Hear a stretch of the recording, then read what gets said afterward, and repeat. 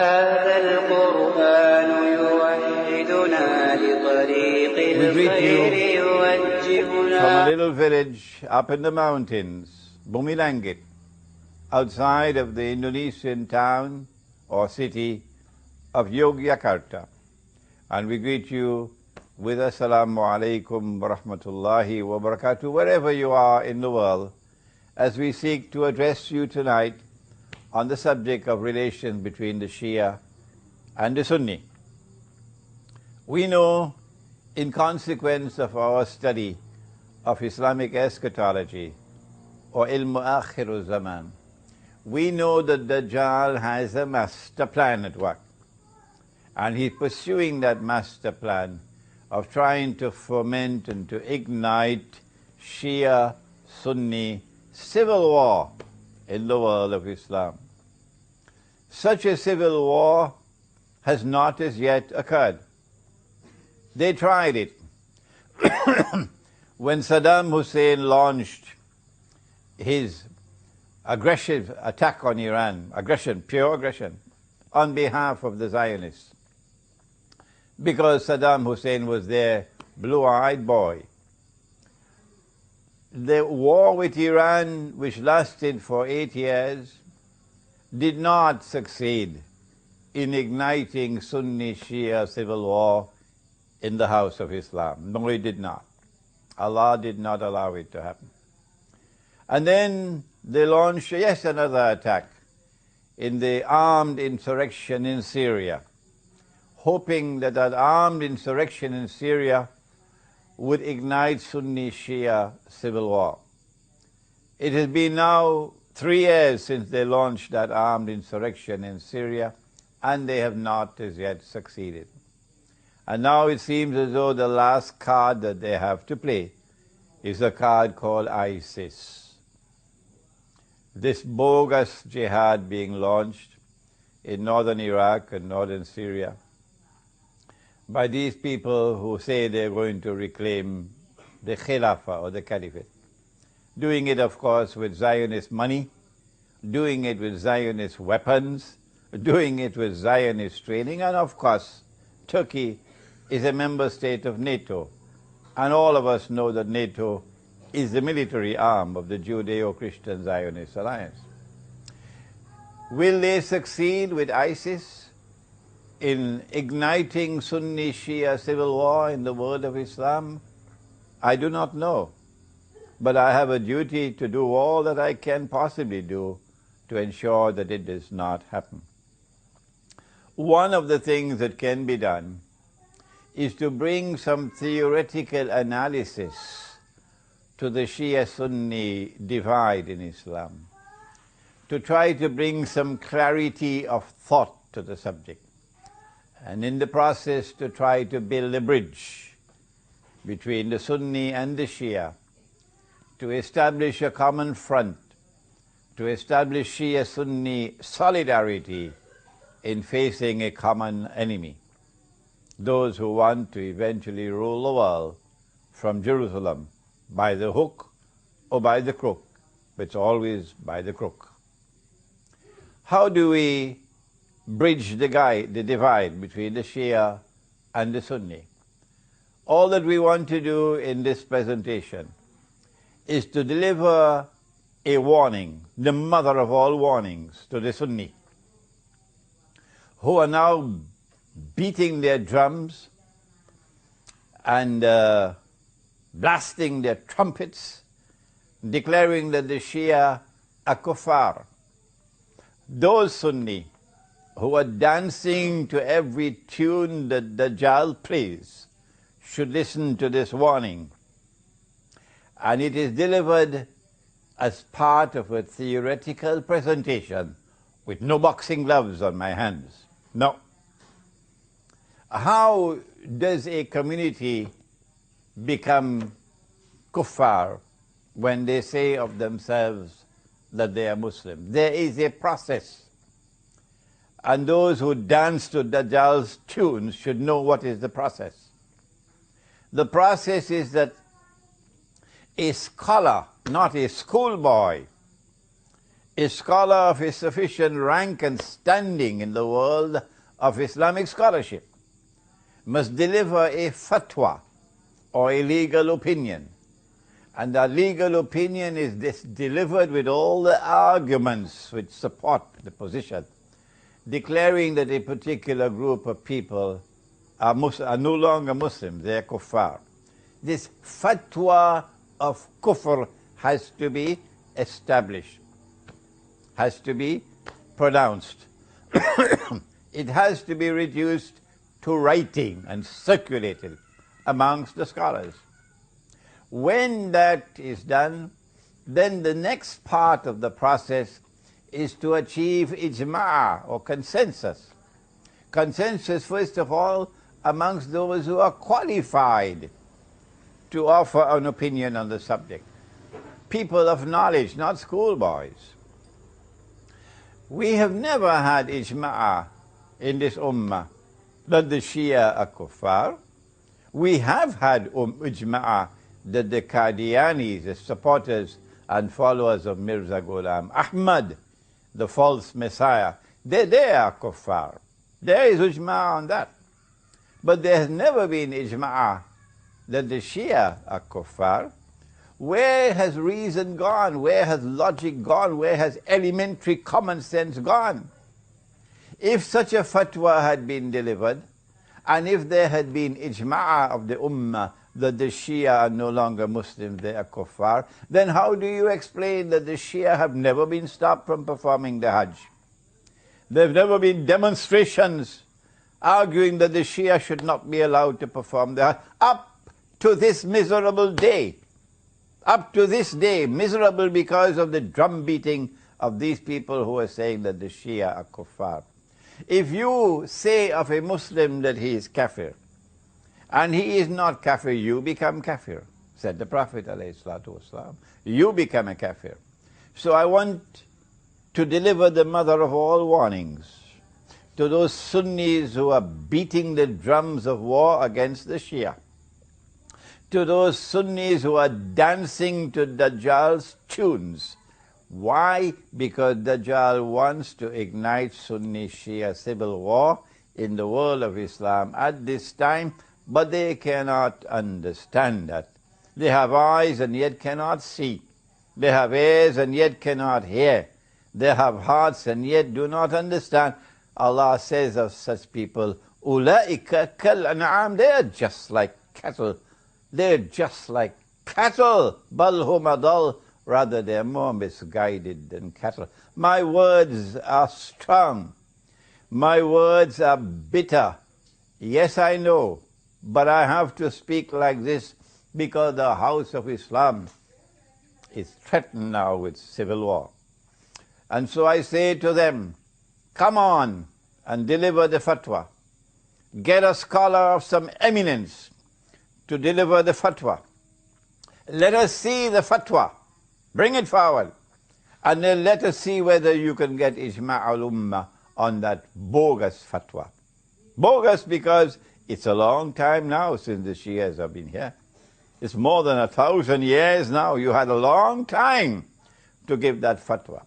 Having spoken those words very sternly to those Sunni who are beating the drums of war, particularly in the Arab world, against the Shia, it is now time for us to deliver a warning to the Shia as well. We have recognized the revolution in Iran to have been a positive development because Imam Khomeini rahimahullah reached out to the Sunni world and sought to establish Shia-Sunni solidarity. And the revolutionary government in Iran has continuously maintained that policy of seeking to build and preserve Sunni-Shia solidarity. But we don't know what tomorrow holds in store for Iran. We don't know what's going to happen tomorrow in Iran, so it's time for us to deliver a gentle warning now. And that is that no one can defer at all. that the supreme authority in Islam is the Quran. It is the Quran and the Quran alone which has absolute authority in Islam. And everything else beside the Quran must submit to the Quran. And hence the hadith are subsidiary to the Quran. If a hadith is in harmony with the Quran, then it joins the Quran in building the world of knowledge. If a hadith is not in harmony in the Quran but not in conflict with the Quran, then that hadith is still acceptable but at a lower status. And if a hadith is in conflict with the Quran, then we say it is the Quran which must prevail. Has anyone challenged this? Is this methodology capable of being challenged? No. It makes sense. It is the truth. And that is that the Quran is the absolute authority in Islam. And no hadith has the status of the Quran. And so you cannot build a theory. You cannot build a belief system in Islam based on hadith. It has to be built on the Quran. And the hadith are to be used to support the Quran. Does the Quran deliver in language which is plain and clear? Does the Quran deliver that which supports the theory of the imamat? That the leadership of the Ummah of Muhammad alayhi salatu wasalam upon his death was a leadership divinely decreed to have been that of Ali radiallahu ta'ala anhu. Does the Quran support that? Does the Quran support the belief that succession to leadership by divine decree is restricted to the house of the Prophet alayhi salatu wasalam?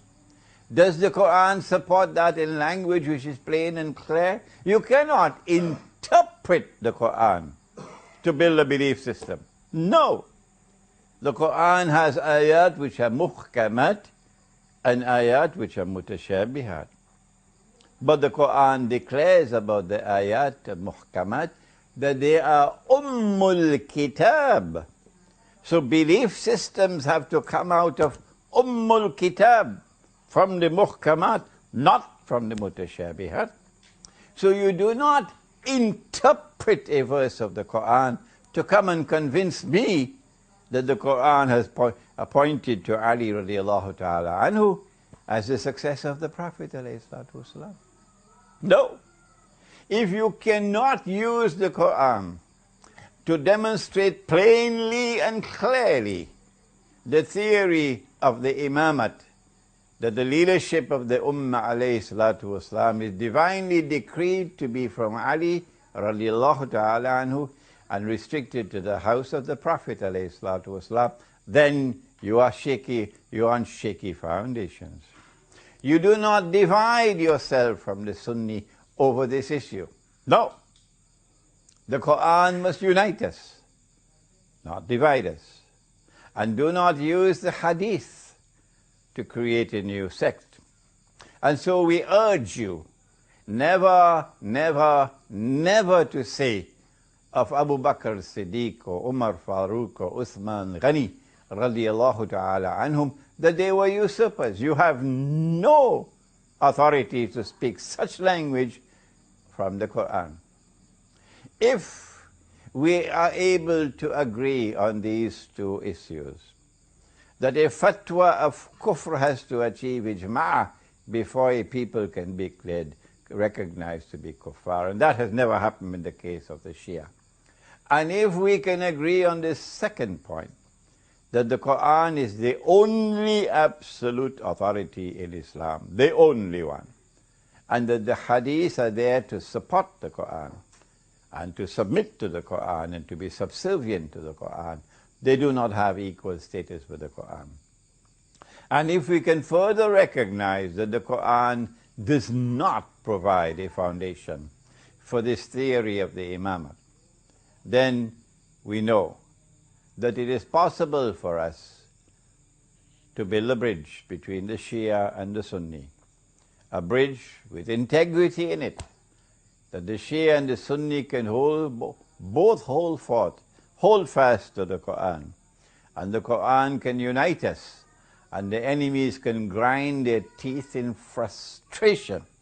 If you have a better theory than this, if you have a better approach than this for building Shia-Sunni solidarity, please come forward and give voice to it and articulate it, and I love to hear it. This is my humble contribution at this critical moment in the House of Islam. A humble contribution for bridging the divide, the Sunni-Shia divide, for building Sunni-Shia solidarity to face the common Zionist enemy, to building Shia-Sunni solidarity in order to prevent Dajjal from achieving his master plan of igniting Shia-Sunni civil war in the world of Islam. Before I end, need I remind you that there's only one Muslim country in the world today which is a nuclear power, and that's Pakistan. Need I remind you that Israel cannot rule the world? No, so long as any Muslim country has nuclear weapons. Need I remind you that the plan is that Pakistan must be denuclearized by the hook or by the crook?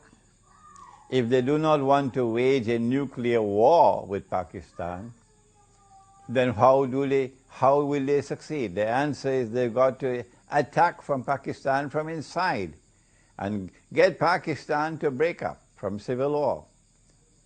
And need I remind you that if our enemies succeed in igniting Shia-Sunni civil war in the House of Islam, that's goodbye to Pakistan. Pakistan will not survive. You don't need a PhD to understand that. I hope these words of mine will reach the Shia and the Sunni, and that these words of mine may germinate. And tomorrow we'll have fresh thought on how we can bridge the Shia-Sunni divide in the world of Islam and build solidarity against the common enemy. ربنا تقبل منا إنك أنت السميع العليم وتب علينا يا مولانا إنك أنت التواب الرحيم.